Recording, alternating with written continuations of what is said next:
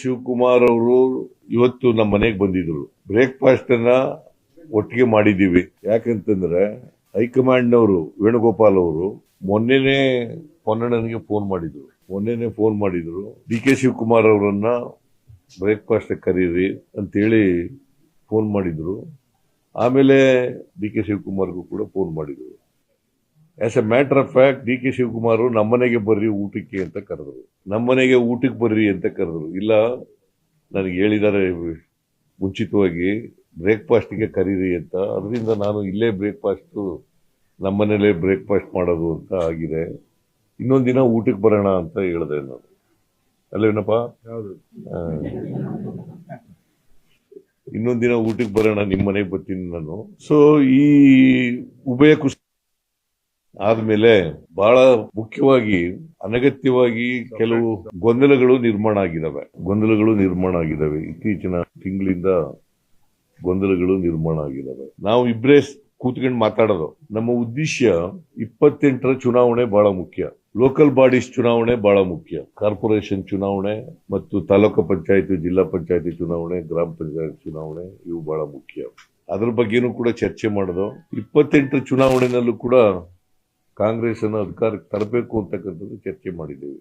ನಾವಿಬ್ರು D K Shivakumar ಅವರು, ನಾನು ಹೇಗೆ ಅಸೆಂಬ್ಲಿ ಚುನಾವಣೆಯಲ್ಲಿ 2023 ಅಸೆಂಬ್ಲಿ ಚುನಾವಣೆಯಲ್ಲಿ ಕೆಲಸ ಮಾಡೋದು ಒಟ್ಟಿಗೆ, ಅದೇ ರೀತಿಯಲ್ಲಿ ಮುಂದೆನೂ ಕೂಡ ಒಟ್ಟಿಗೆ ಹೋಗ್ತಕ್ಕಂಥದನ್ನ ತೀರ್ಮಾನ ಮಾಡಿದ್ದೀವಿ.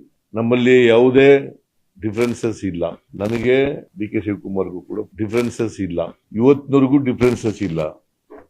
ಮುಂದೇನೂ ಡಿಫರೆನ್ಸಸ್ ಇರಲ್ಲ. ಒಟ್ಟಿಗೆ ಹೋಗ್ತೀವಿ. ಆಮೇಲೆ ಅಸೆಂಬ್ಲಿ 8ನೇ ತಾರೀಕಿನಿಂದ ಶುರುವಾಗುತ್ತೆ.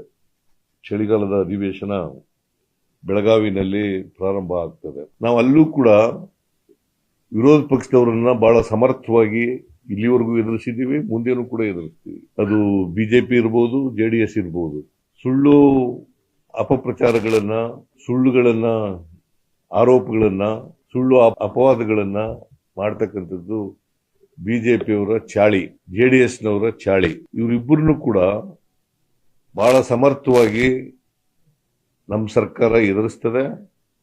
ನಾನು, DCM ಇಬ್ರು ಕೂಡ, ಡಿ ಕೆ ಶಿವಕುಮಾರ್ ಇಬ್ರು ಕೂಡ ಇವರನ್ನ ಅಸೆಂಬ್ಲಿನಲ್ಲಿ ಬಹಳ ಸಮರ್ಥವಾಗಿ ಎದುರಿಸ್ತೇವೆ.